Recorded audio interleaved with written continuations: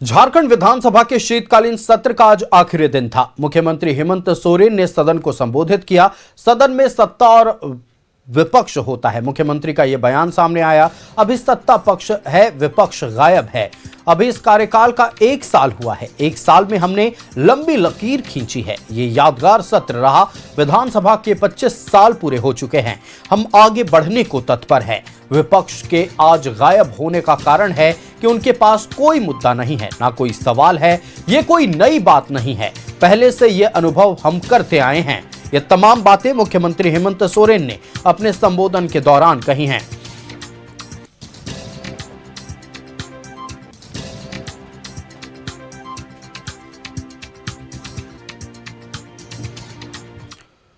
संवाददाता विपिन हमारे साथ झारखंड विधानसभा परिसर से लाइव जुड़ रहे हैं। हम सीधे आपको उनके पास लेकर चलते हैं। विपिन, देखिए, आज विधानसभा के शीतकालीन सत्र का समापन हो गया। आज कई मुद्दों की गूंज सुनाई दी।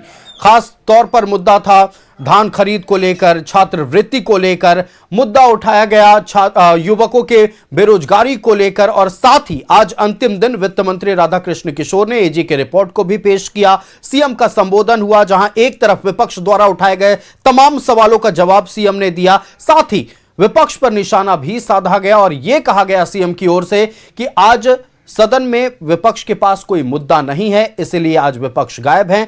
5 कार्य दिवस तक चलने वाले शीतकालीन सत्र के दौरान क्या कुछ हुआ, पूरी जानकारी आप दर्शकों से साझा करें।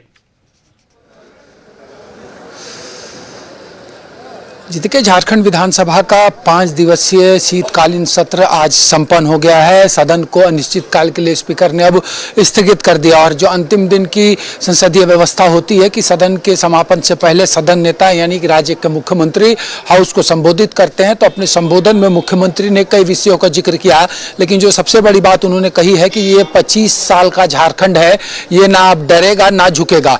इस दौरान उन्होंने केंद्र के सौतेले व्यवहार का भी जिक्र किया। उन्होंने कहा कि किस तरीके से केंद्र की योजनाओं के पैसे झारखंड को नहीं मिलते हैं।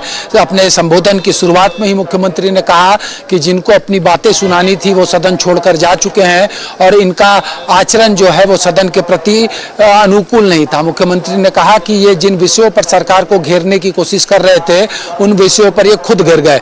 छात्रवृत्ति के विषय पर मुख्यमंत्री ने विस्तार पूर्वक बताया कि किस तरीके से जो ग्रांट के लिए झारखंड की सरकार सेंटर को पत्र लिखती है उसके एवज में क्या पैसे मिलते हैं। साथ ही साथ चाहे इंडिगो का मसला रहा हो, केंद्र सरकार की नीति रही हो या राज्य सरकार जिन उद्देश्यों के साथ आगे चल रही है, इन तमाम विषयों को मुख्यमंत्री ने समेटते हुए अपने संबोधन में सारी चीजें स्पष्ट की है।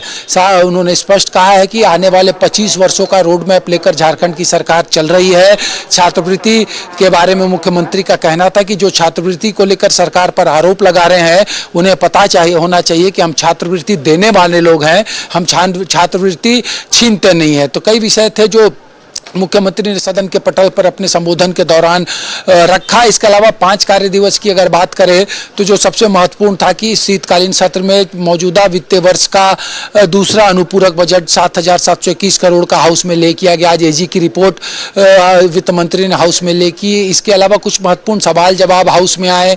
तो इस तरीके से कुल मिलाकर अगर कहा जाए तो एक सार्थक चर्चा के बीच 5 कार्य दिवस का झारखंड विधानसभा के शीतकालीन सत्र का अंत हुआ है। अब सबकी निगाहें आने वाले समय में बजट सत्र में पर होगी, जब फरवरी के अंतिम से मार्च के अंतिम वक्त तक तकरीबन 1 महीने तक चलने वाले इस सत्र में राज्य के आगामी वित्तीय वर्ष का बजट पेश होगा। फिलहाल झारखंड विधानसभा की कार्रवाई को स्पीकर ने आज अंतिम दिन अनिश्चितकाल के लिए स्थगित कर दिया है। बिल्कुल विपिन, आपका हमारे साथ जुड़ने के लिए और इस 5 कार्य दिवस तक चलने वाले शीतकालीन सत्र के बारे में तमाम महत्वपूर्ण जानकारियां दर्शकों तक पहुंचाने के लिए बेहद शुक्रिया। संवाददाता विपिन हमारे साथ हैं। 5 दिनों तक, 5 कार्य दिवस तक शीतकालीन सत्र में किन किन विषयों पर चर्चा हुई, किन किन विषयों पर नोक झोंक हुई और किन किन मुद्दों पर असल बातचीत हुई, इसके बारे में तमाम जानकारियां साझा की गई।